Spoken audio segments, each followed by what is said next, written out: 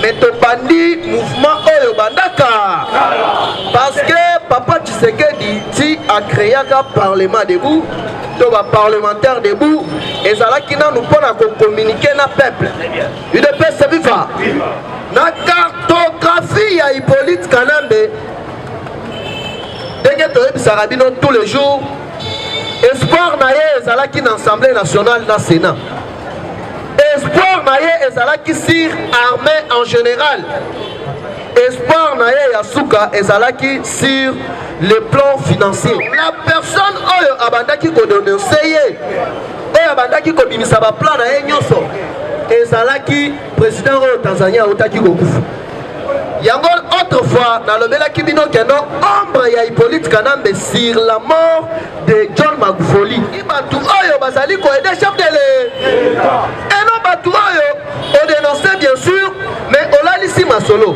c'est que olie mbongo soki olie mbongo te kende bakangela biso Willy Bako bakangela biso Matata Mpo na ba plusieurs dossiers oyo ya détournement ya biloko ya le parce que batu mususu peut-être baye kotimbela yango l'air tokomi na pouvoir mais topandi mouvement oyo bandaka parce que Papa Tshisekedi dit a créé un parlement debout to ba parlementaire debout ezalaki na nous pona ko communiquer na peuple UDPS viva et puis ezali mouvement moko ya résistance donc l'air mutu azoya na ba carte ya mabe l'air mutu azoya na ko bafouer ba intérêt ya peuple congolais biso musala na biso ezali ko dénoncer et puis ko telemela yande mukolo ya lelo avant tokota na actualité politique nali ko interpeller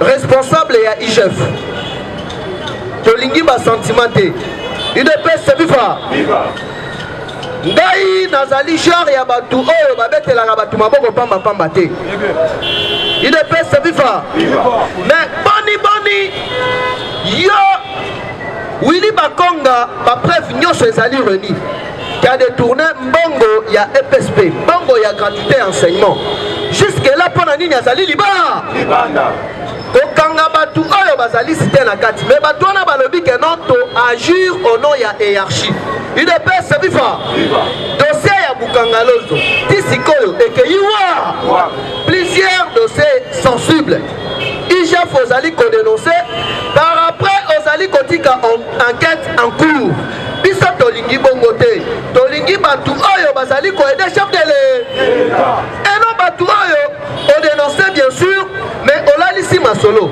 c'est que olie mbongo soki olie mbongo te kende bakangela biso Willy Bako bakangela biso Matata Mpo na ba plusieurs dossiers oyo ya détournement ya biloko ya l'État. Deuxièmement nazali ko s'adresser na maman Toumazeza avec beaucoup de respect. Maman, batu ebele libanda bazali ko se plaindre makambu ya passeport. Jusque là, mon konzaki passeport na 99 $ américains. Mais nini yango azali ko sala ke non na bamboka neti ba France, ba Belgique, plusieurs pays dans le monde. Bande ko na biso ba Congolais bazali kolela makambu ya ba passeport. Biso tozali balobeli l'air bali kopesa biso rapport wana il faut tokomisa yango epa ya chef de l'État et puis ezali na plusieurs batu oyo basalaka na ba passeport congolais tellement plusieurs ambassadeurs oyo basali na bamboka ya libanda basali ba kabiliste mais jusque là basali ko bloquer bambongo na bango plus de 5 mois na plusieurs pays na ba Nigeria na Uganda donc partout ba administration oyo ya RDC bazali ko sala na ba ambassadeur bazali ko se plaindre bali ko futa bango te UDPS viva donc osenga na ministre ya affaires étrangères na tata mokonzi à revoir makambu oyo alime parce que batu wana bayebisa biso mbango oyo utaka awa neti frais ya fonctionnement l'air ekendaka kuna o juste ekendaka wa Papa Tshisekedi ayebisa biso l'air ozali ko dénoncer te yeba ke non yo pe ozali ko UDPS viva alors sans plus tarder toali kokota na actualité politique lelo Lelonga na bino tokobeta masolo na 2 points. Na point ya liboso tokobandana na fuite ya John Numbi. Na deuxième point na kolobela sur diplomatie. Awa on peut comprendre que États-Unis d'Amérique batindi chef d'état-major na bango na niveau ya Inde. Il ne peut se vivre. Parce que Inde de mutu abandaki côté que la Vladimir Poutine baminduki. Il ne peut se vivre. Alors bisogno sotoye birol nini ba enge ba choaka na République démocratique du Congo. Basalaka ba protéger. Awa on peut comprendre que non. Libanais oyo bakangi pas seulement ezalaki pona makambo ya maltraitance ya ba Congolais, mais azalaki parmi bato babandaki ko traiter na Hippolyte Kanambe na Vital Kamerhe pona ko éliminer ba proche chef de l'État. Il peut se vivre. Mais ndenge to ali koloba na bino wana selemba. Alors to refongola pena poker malgré ngonga na biso ezali muke mais to ko se diser quand même ba information pour mutu nyonso à retenir quelque chose. Awa chers combattants, il faut oyeba que non denge ezali wana politique et combien elle est. À l'époque vers shit ya Mobutu. Mobutu a dit général Mayele. Général Mayele, il faut ça quelque chose. Parce que Banguna Basali déjà pembeni. On bloqué na niveau ya Kenge. Pour Banguna Bakota te. Général Mayele a ébissé pour l'instant ezali trop. Il ne peut se vivre. Par ton pouvoir FIFA. Alors que à l'époque, déjà l'ère Mobutu, Anomaki Papa Tshisekedi du premier ministre. Après un mois, Papa Tshisekedi a ébissé. Mobutu a nommé Ngate. Mais Mobutu a joué un pouvoir nanga. Il y a conférence nationale sous. Il ne peut se vivre. Papa Tshisekedi a fait la déclaration. Il y a Kolobakeno, Banguna, Bazali Koyana. Bazali, normalement, Banguna te. Mais Baye pour la libérer, pour la chasser régime dictatorial. Alors Mobutu Ndima et Kenor, il faut que la coalition, il ne peut se vivre. Il faut gérer ensemble. Pour les provoquer le problème, la discipline pour se vivre. Mobutu a yokaté. Les lodis n'ont pas les canons. À chaque fois, na fin il y a régime, il y a un dictateur, na ba criminel, ba proche na bango ne ba pakatakamba. Awa on peut comprendre que non. John Numbi Kimelini. Et puis Tata Mokonzi azali na niveau ya Tanzanie. Place nini ake assister na matanga ya homologue na ye Tanzanien John Magufuli. Il ne peut se vivre. Denye to ali koloba na bino. Délégation ya Zimbabwe na Tanzanie. Nini yango kolekana tolo bato te. To panza te. Tembela le boko ganga ba. Na cartographie ya Hippolyte Kanambe. Denye to ebisaka bino tous les jours. Espoir naye ezalaki na Assemblée nationale na Sénat. Espoir naye ezalaki sur armée en général. Espoir naye Yasuka ezalaki sur le plan financier. Alors na babilo konyo so wana mwana mai ya sentir que non azali isolé en désordre. Alors ba plan nyonso oyo ya bataki kosala ya a créer guerre, a créer insécurité. Ndenge ezali wana ekomeli yenga. Parce que place ya bataki okende ko se ravitailler ezalaki na Russie. Il ne peut se vivre. Russie pe abandaki ko se ravitailler na niveau ya Inde. Ngakute kamusinga makasi kotala lobby na moni keno Inde azali deuxième économie mondiale. Il ne peut se vivre. Mais ce qui otali na richesse oyo Inde azalaka nango ezakaka argile. Fabrication ya bakaro, fabrication ya basani ya mbele. Mais azali deuxième économie mondiale. Il ne peut se vivre. Mais biloko nyonso wana biso tozali nango awa na RDC ya ofe. Tosalelaka yango ni. Nani yango azali keno bato wana bakoma ba grande puissance ezali Hippolyte Kanambe. Omoni na monde diplomatique, surtout sur le plan sécuritaire. Ceux qui olingi pays na yo ezala stable. il faut commencer à collaborer dans la grande puissance. Oyo ba contrôlaka ba multinationaliste nyonso ba créaka ba guerre na prise ya pouvoir ya Fachi. Omoni que non ali collaborer na Israël. Asala plusieurs fois ba entretien na premier ministre israélien Benjamin Netanyahu. Il est passé vivre. Alors na ndenge sikoyo bakei ko découvrir sungu ya Hippolyte Kanambe Kazembere Naye ezalaki coûte que coûte à créer guerre parce que boye déjà sur le plan politique a vu déjà qu'il n'obéit qu'en deux. Alors la personne oyo abandaki ko dénoncer oyo abandaki ko bimisa ba plan na nyonso ezalaki président oyo Tanzania otaki ko kufa yango autrefois na lobelaki bino keno ombre ya Hippolyte Kanambe sur la mort de John Magufuli. Parce que secrétaire naye chargé naye ya renseignement na plusieurs ba collègues naye badayaki qui est derrière Morwana ah sikoyoka lelo on va comprendre que dès que saliwana il ne peut se vivre boyoki bokomona oyo gouverneur ya Lolaba Richard Muyej aye soi-disant a adhéré na union sacrée. Donc on dit qu'à la tolérer yango ata mukolo moko. Il est bien se vivre. Partout pouvoir vivre. Batwana ba monini. Francine Muyumbu oyo abandaki contenir ba propos moko ya Buzoba. Lelo akomi koya teno azana posa ya adhérer na union sacrée. Union sacrée ezali blanchisserie te. Ceux qui opposent bavure, yeba que non justice a gossé la moussalana. Il est pas se vivre. Tout. En bref, yeba que non dans la République démocratique du Congo va se mettre déjà d'accord parce que gouvernement y a Zimbabwe. Balobi bango bakoti kala kopesa John Numbi exil atam kolomako. Il ne peut se vivre. À chaque fois gouvernement congolais bakozala na posa na ye bakozongi sa yande. Alors que pour parler ça dit déjà en cours. Alors le problème est ça dit nous n'a l'acheté. Il y a service de renseignement. Donc il faut changer service de renseignement. Il y a Katanga Mobi.